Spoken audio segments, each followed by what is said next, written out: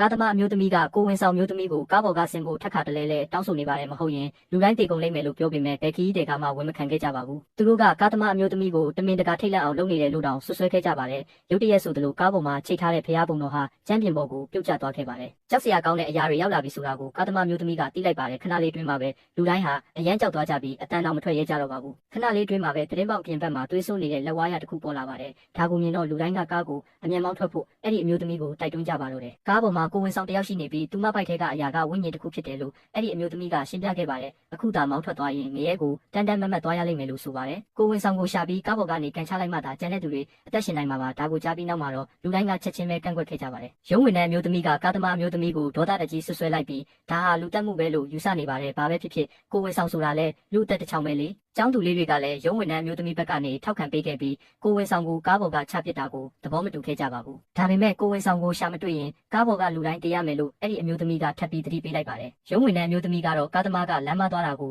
စင်ကြေပေးနေတာလို့ထင်နေပါတယ်သူတို့အားလုံးလက်မှတ်ဝယ်ထားတာဖြစ်လို့လမ်းတစ်ဝက်မှာအတင်းကျပ်ဆင်ခိုင်းဖို့အဲ့ဒီအမျိုးသမီးမှာအခွင့်အရေးမရှိပါဘူးရှေ့ဆက်မောင်းလို့မရတော့တဲ့အတွက်ဒီအချိန်မှာလူငယ်လေးကအငင်းခုန်တွေကိုတားလိုက်ပါတယ်ကားကိုနောက်ပြန်လှည့်မောင်းဖို့သူကအကြံပေးခဲ့ပါတယ်ဒါကအလကားပဲလို့အဲ့ဒီအမျိုးသမီးကပြောလိုက်ပါတယ်စီကန်းတွေပြတ်သွားကြတဲ့ကဒီလမ်းဟာရှေ့ကိုပဲမောင်းလို့ရပြီးနောက်ပြန်လှည့်လို့မရတော့ပါဘူးအမျိုးသားဖြစ်သူကမယုံကြည်ပဲမောင်းကြည့်ဖို့ကြိုးစားခဲ့ပေမဲ့ကားဆက်လို့မရတာကိုတွေးလိုက်ရပါတယ်အဲ့ဒီအမျိုးသမီးကကားကိုတမင်တကာဖျက်ဆီးထားတယ်လို့သူကတန်တရားဝင်ခဲ့ပါတယ်ဒါကိုကြားပြီးနောက်မှာတော့လူတိုင်းကသူမကိုလူယုံမာလို့ဝိုင်းဆဲကြပါတော့တယ်သူမကကားကိုဖျက်ထားတာမဟုတ်ပဲကိုဝင်ဆောင်တယောက်ပါနေလို့သာဆက်လို့မရတာဖြစ်ကြောင်းအဲ့ဒီအမျိုးသမီးကရှင်းပြခဲ့ပါတယ်ရုတ်တရက်ကားထဲကမီးတွေကတစ်ဖြက်ဖြက်ဖြစ်လာပြီးကြောက်စရာကောင်းတဲ့အငွေ့သက်တွေပြန်လည်လွှမ်းမိုးလာပါတယ်ကားကြီးကမခံနိုင်တော့ဘူးလို့အဲ့ဒီအမျိုးသမီးကသူတို့ကိုပြောလိုက်ပါတယ်လူတိုင်းပိုပြီးထိတ်လန့်သွားတဲ့အချိန်မှာပဲအမိုးပေါ်ကသတင်းပေါက်ကရုတ်တရက်ဖွင့်သွားခဲ့ပါတယ်အဲ့ဒီနောက်မှာတော့မျက်လုံးညီညီနဲ့ကြွက်တွေအများကြီးပြုတ်ကျလာတာကိုမြင်လိုက်ရပါတယ်ခရီးသည်တွေဟာကြောက်လန့်တကြားနဲ့ချက်ချင်းပဲရှောင်ဖယ်လိုက်ကြပါတယ်အဲ့ဒီကြွက်တွေကအမည်မသိတတော်တကောင်ကိုလမ်းပြနေတာလို့အဲ့ဒီအမျိုးသမီးကပြောပါတယ်သူတို့တွေဟာကားထဲမှာရှိတဲ့ကိုဝင်ဆောင်ရဲ့အနံ့ကိုရသွားကြတာပါကိုဝင်ဆောင်ကိုရှာပြီး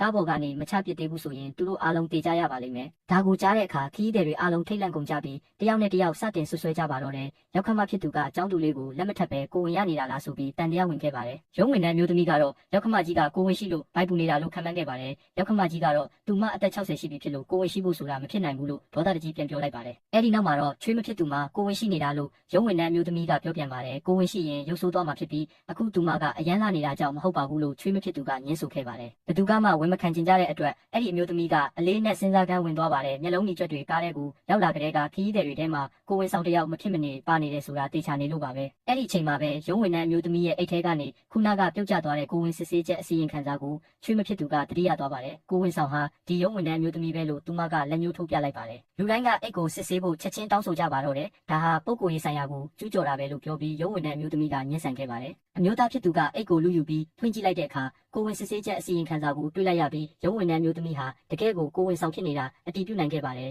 ရုတ်တရက်ဆိုသလိုကားကြီးကတိမ့်တိမ့်တုံလာပါတယ်လူတိုင်းသတင်းပေါက်ကနေလှမ်းကြည့်လိုက်ကြရမှာမျက်လုံးကြီးကြွက်တွေအများကြီးသူတို့စီပြေးလာတာကိုမြင်လိုက်ရပါတယ်ချွေးမဖြစ်သူကရုံးဝင်တဲ့အမျိုးသမီးကိုကားပေါ်ကနေအမြန်ချပစ်ဖို့တိုက်တွန်းခဲ့ပါတယ်ရုံးဝင်တဲ့အမျိုးသမီးဟာချက်ချင်းပဲဒူးထောက်လိုက်ပြီးသူမဟာဒီနှစ်မှာအသက်40ရှိပြီဖြစ်ကြောင်းနဲ့ဖန်ပြုံတရေသားအကြိမ်ကြိမ်စူးစမ်းပြီးမှကိုဝင်ရလာတာဖြစ်ကြောင်းပြောပြခဲ့ပါတယ်သူမကိုကားပေါ်ကမချဖို့လူတိုင်းကိုတောင်းပန်ခဲ့ပြီးသူမယောက်ျားကဘီလီယံနာတစ်ယောက်ဖြစ်လို့လူတိုင်းကိုဒေါ်လာ1 သန်းစီပေးနိုင်တယ်လို့ဆိုပါတယ်လူတိုင်းကသူမကိုလွှတ်ပေးလိမ့်မယ်လို့သူမကမျှော်လင့်နေပါတယ်ဒါပေမဲ့အပြင်မှာတော့မျက်လုံးကြီးကြွက်တွေပိုများလာပြီးအသက်ရှင်ကျန်ရစ်ဖို့အတွက်ကြောက်စရာကောင်းတဲ့အမည်မသိတတော်ကြီးကလည်းတဖြည်းဖြည်းနီးကပ်လာနေပါပြီရောက်ခမကြီးကကားတကားကိုချက်ချင်းဖွင့်လိုက်ပြီးရုံးဝင်တဲ့အမျိုးသမီးကိုကားပေါ်ကပစ်ချဖို့သူမရဲ့သားနှစ်ယောက်ကိုခိုင်းလိုက်ပါတယ်ရုံးဝင်တဲ့အမျိုးသမီးလည်းအရန်ကိုထိတ်လန့်သွားပါတယ်ကိုဝင်ဆောင်တွေကားပေါ်မတက်ရဘူးဆိုတဲ့စီကံကိုဖောက်ဖျက်ခဲ့တဲ့အတွက်လူတိုင်းကိုအလေးနဲ့တောင်းပန်လိုက်ပြီးသူမကိုကဲတင်ပေးကြဖို့မျှော်လင့်နေပါတယ်မမျှော်လင့်ပဲနောက်တစ်စက္ကန့်မှာပဲကြောက်စရာကောင်းတဲ့လက်ကြီးတစ်ဖက်ကရုံးဝင်တဲ့အမျိုးသမီးကိုဆွဲခေါ်သွားပါတယ်ကားထဲကခီးတဲ့တွေဟာထိတ်လန့်တုန်လှုပ်သွားကြပြီးဘလို့တတော်မျိုးပေါ်လာတာလဲဆိုတာကိုနားမလည်နိုင်အောင်ဖြစ်နေကြပါတယ်ဆက်စုချင်ပြီးပုံပြီးတေးတေးချာချာမြင်ချင်နေတဲ့လူငယ်လေးဟာသတင်းပေါက်နာကိုကတ်သွားရုံရှိသေးပေမဲ့အရန်ကြောက်သွားပြီးကျမ်းပြင်ပေါ်ကိုလဲကျသွားပါတယ်